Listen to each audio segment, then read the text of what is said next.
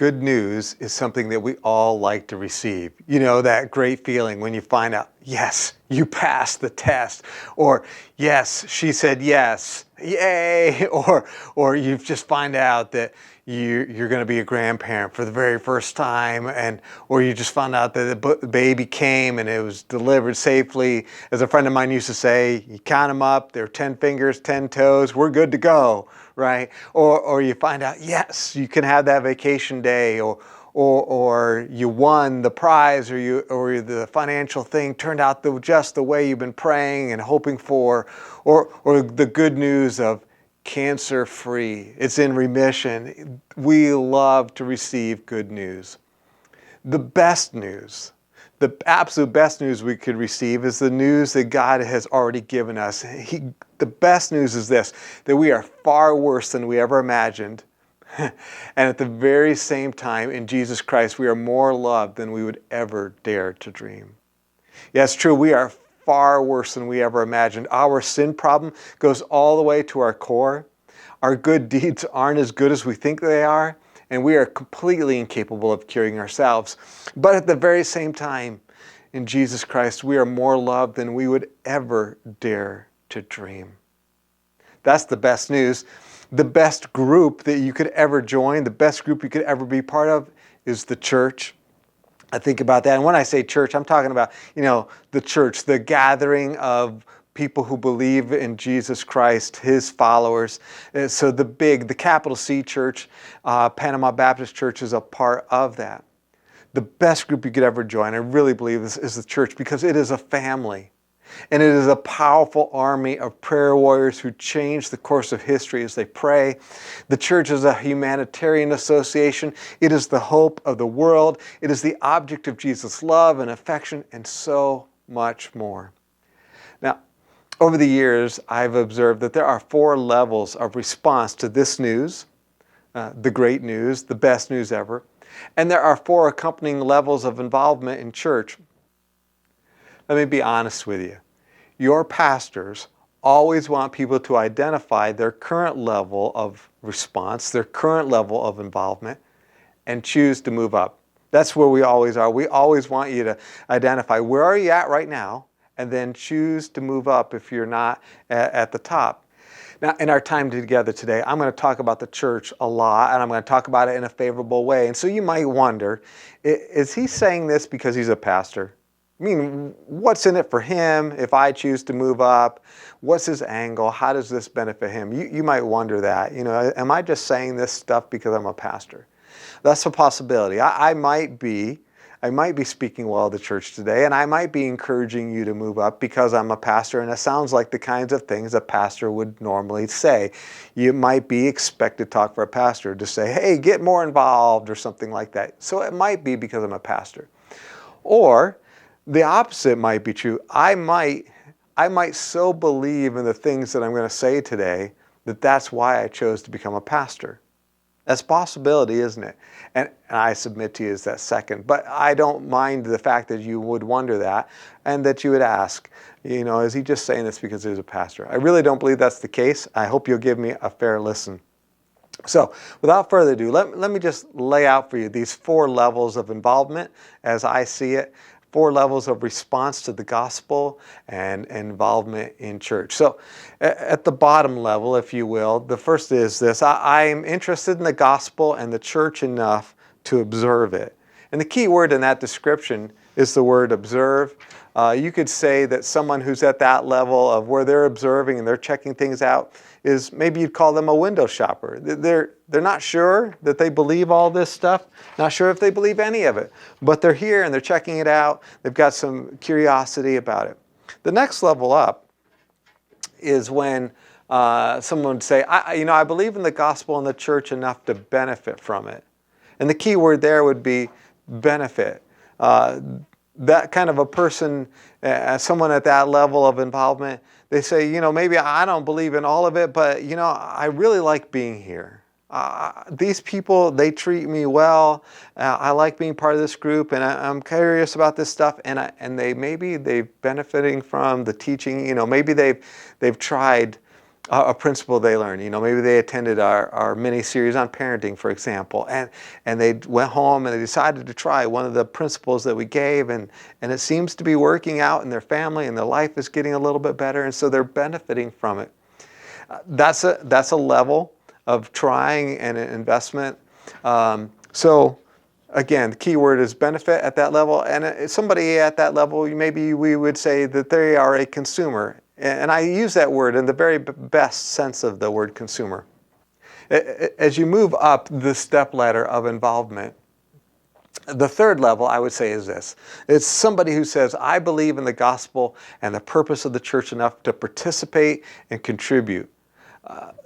I believe in what's going on here. I maybe believe the things that are being taught, maybe all of them, maybe most of them, but I believe in what you guys are about. I believe in what's going on here, and so I want to be a part of this. I want to participate in it, and I'm willing to contribute to it.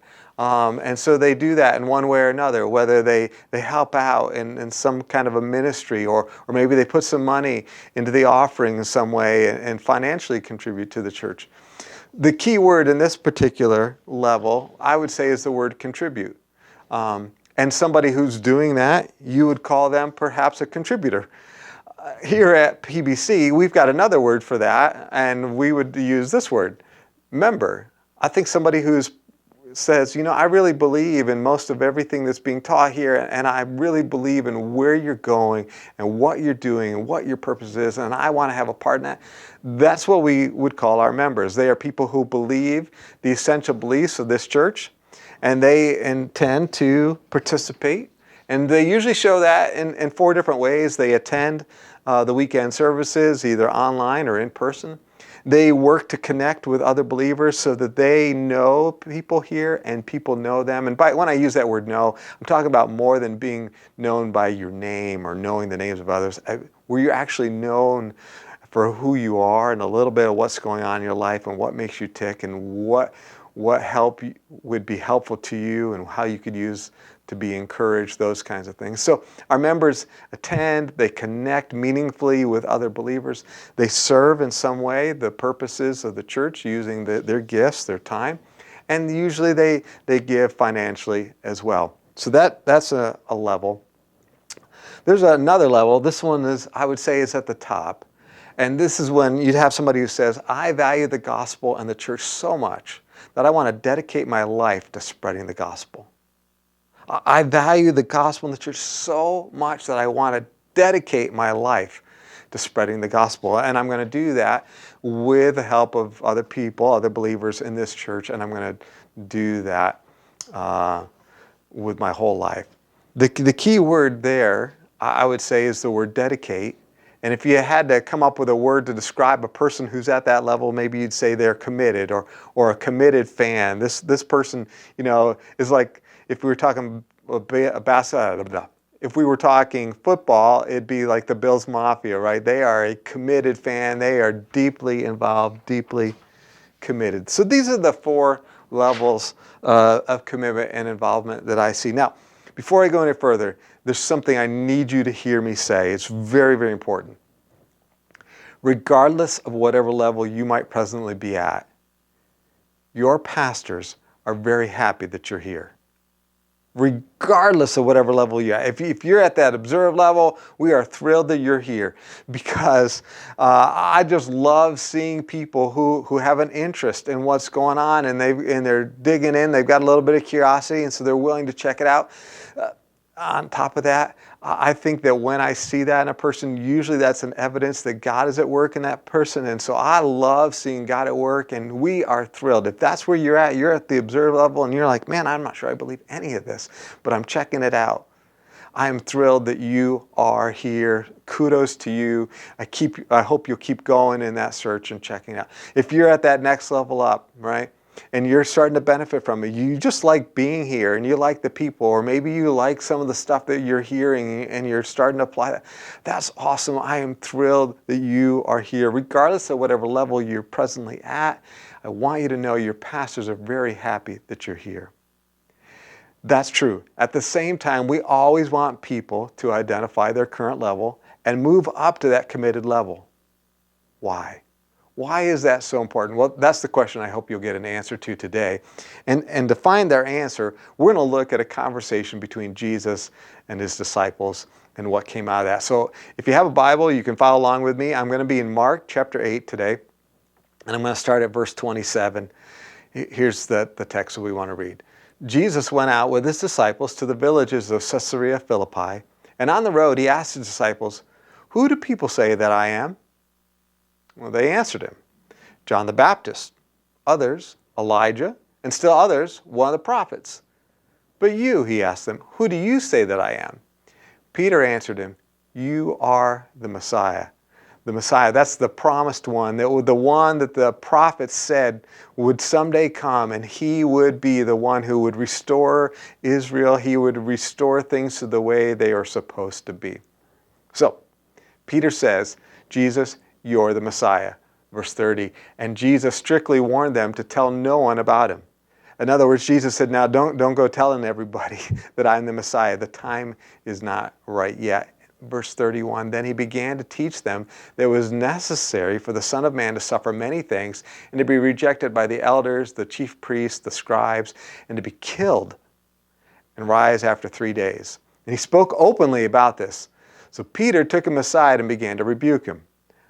I can imagine that conversation. I can imagine Peter saying, whoa, no. I just said you're the Messiah. You agreed with me that you're the Messiah. The Messiah is here. He's supposed to restore everything. He's supposed to fix everything. You can't do that if you get killed. No.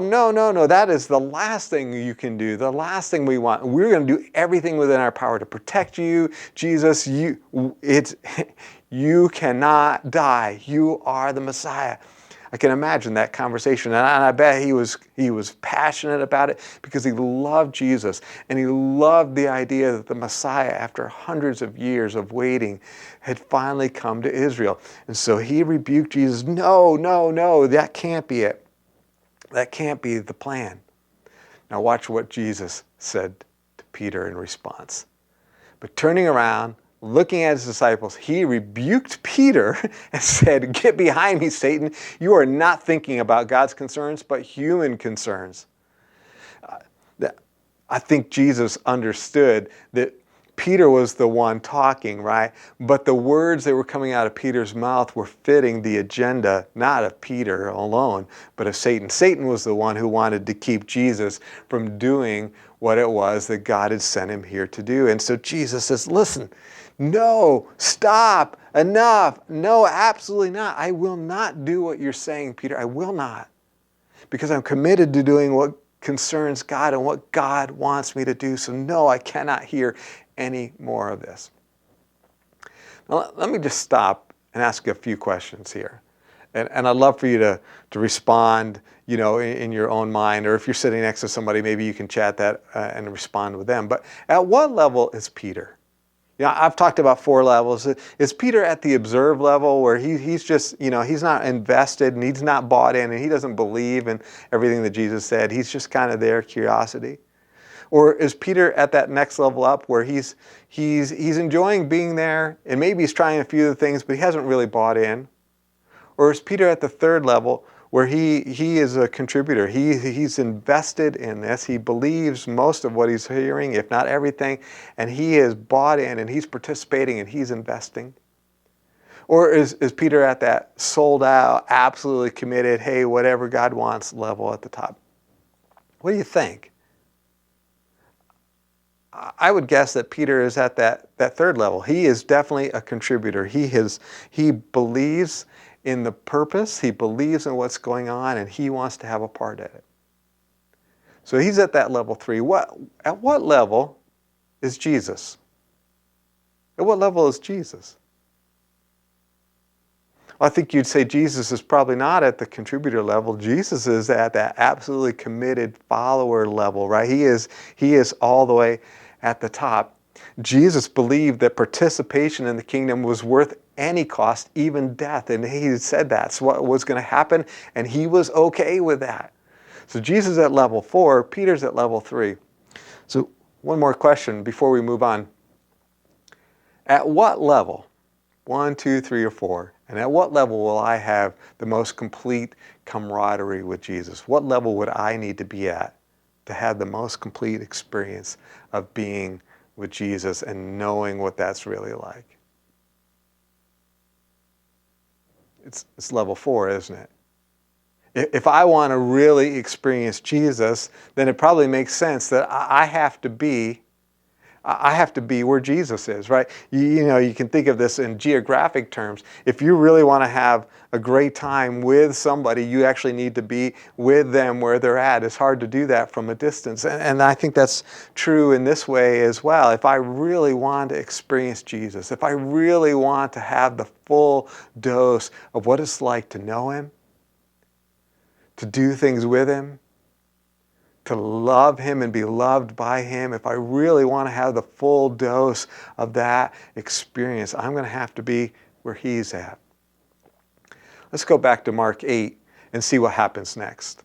Verse 34, calling the crowd along with His disciples, He said to them, okay, so things change now. It's no longer just Jesus and His disciples. He's going to invite the crowd.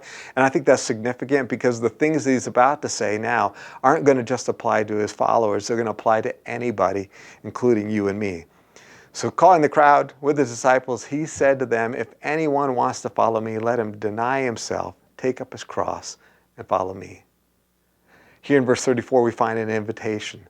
The invitation of Jesus is this: follow me. It could be said this way: if anyone wants to follow me, he can. Anybody who wants to be with me can. Anybody who wants to have the full dose of what it's like to know me and be loved by me and to be working alongside of me can. You can be with me and you can take part in what I'm doing. Just deny yourself, pick up your cross, and follow me. Come with me. Follow me. I think it's very significant that what He says here. Notice He doesn't say, if anyone wants to know what I'm all about and everything, you just believe in me. Those days are past in the ministry and life of Jesus. So it's not believe in me. It's not listen to me. It's not contribute to my cause. I could imagine that. Maybe that's how it could happen today. If you really want to have part in what we're doing, send 1995, right? Or whatever. Send in your pledge card with $30. That's not what He says. He says, follow me, which leads to an interesting observation. A minute ago, I said a person at that top level, we could call them a committed fan, right? I think there's another word for it, and that would be this: a person who's dedicating their life to Jesus and the gospel is a follower, a Jesus follower. A disciple, we could maybe even say that word. He continues, verse 35, for whoever wants to save his life will lose it. But whoever loses his life because of me and the gospel will save it. In the next verse here, verse 35, we move from the invitation to the principle. The principle is this: whoever wants to save his life will lose it. But whoever loses his life because of Jesus and the gospel will save it.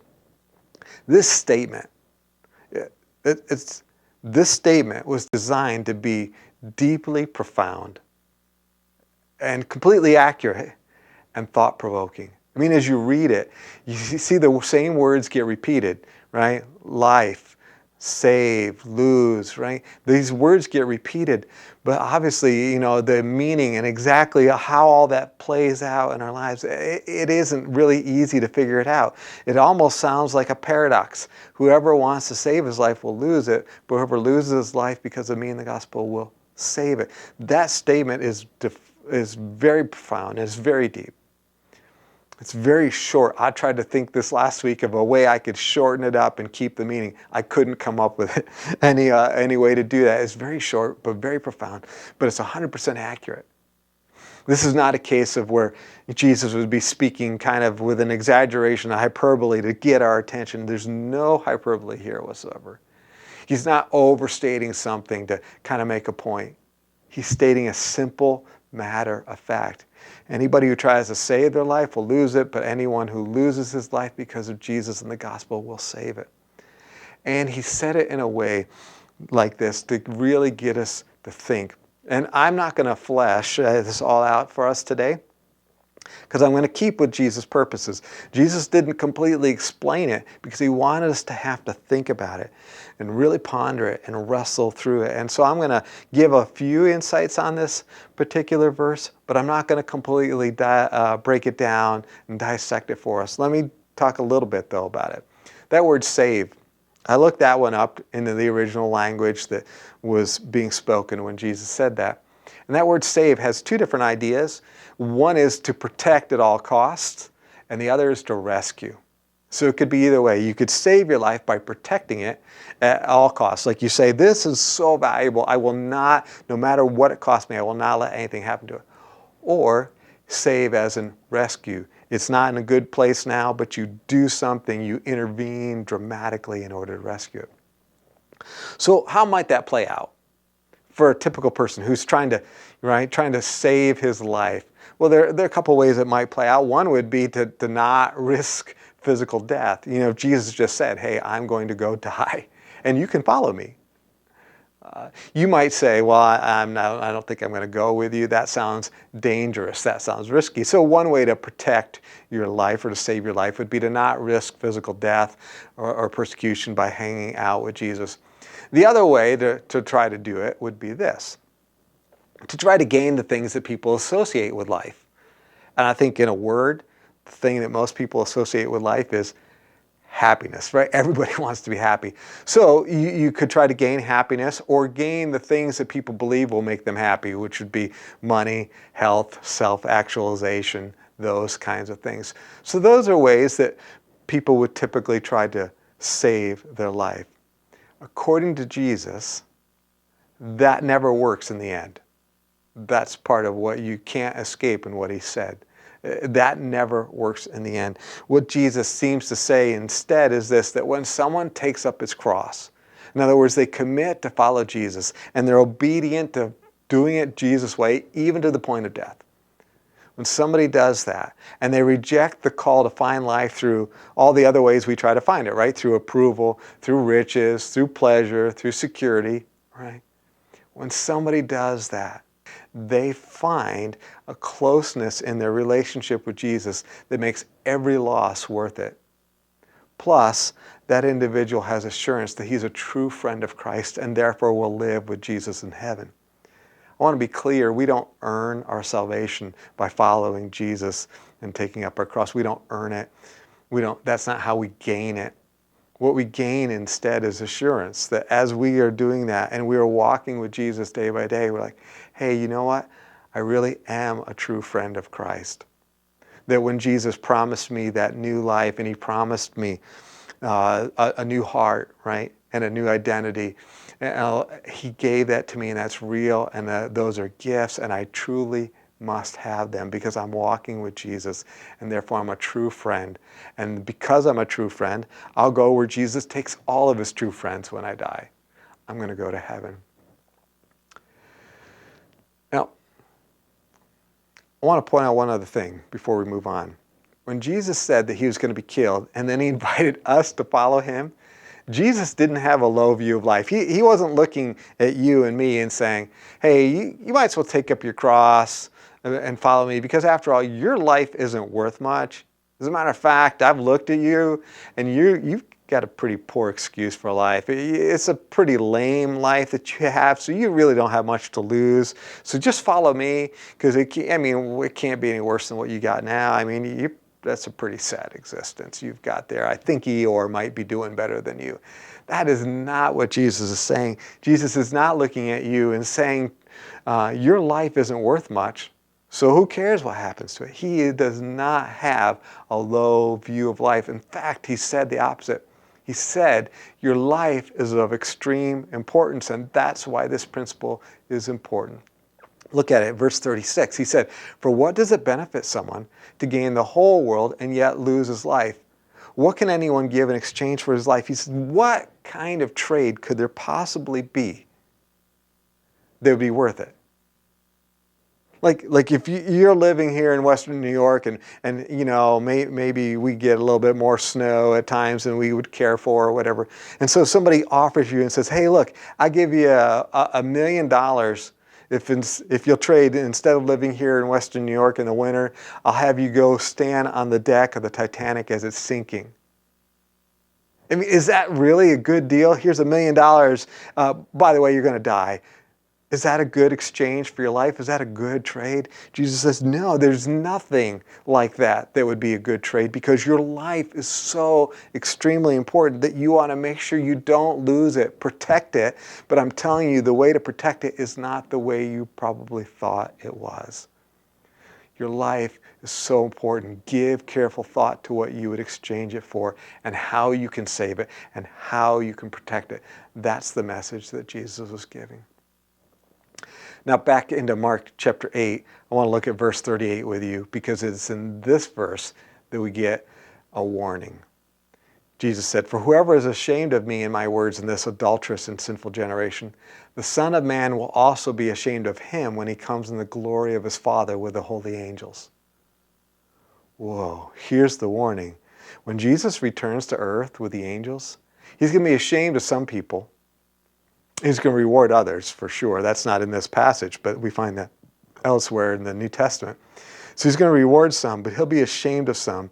Who is it he'll be ashamed of? Well, those people who were ashamed of him, those people who were trying to protect their life in the wrong way, he'll be ashamed of them. Now, please know, Jesus isn't trying to shame us.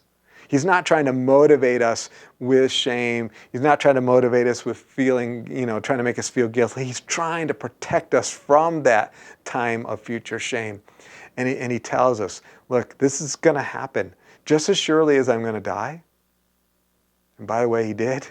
And just as surely as I'm going to come back to life, which he did, I will come back again someday with my holy angels, and I am going to judge the world. And I'm going to reward people according to what they deserve. And so if you've been ashamed of me, then I will be ashamed of you when I return. If, on the other hand, you have shown you through your life allegiance to Jesus and the gospel, that will result in eternal life. And someday you will hear the words, "Well done. Way to go. You did it right. You did it well. I am so proud of you. Come be with me forever in heaven." Okay. So let's start tying this all together. Earlier I talked about 4 levels of involvement. They're kind of correspond to 4 levels of commitment. These levels of commitment are to Jesus and the spread of his message. In the verses that we just read, you didn't hear anything about church, right? So why was it I started this message by talking about church? But when we looked at the words of Jesus, he didn't talk about church. He was talking about commitment to him and commitment to the spread of his message. Well, it's because of this. That commitment level that you and I have to Jesus and the spread of his message is usually reflected in a commitment to living in community with his followers, that's the church, and to working together with them to spread his message. And so those commitment levels tend to go together. They tend to match up. That those who are committed to Jesus and the spread of his message will be committed to being part of the community of believers, because that's who Jesus told us to be a part of. That's the group that Jesus gave his life for. And we will work together with them to spread the message, because none of us have all the gifts that we need and all the abilities we need to do that.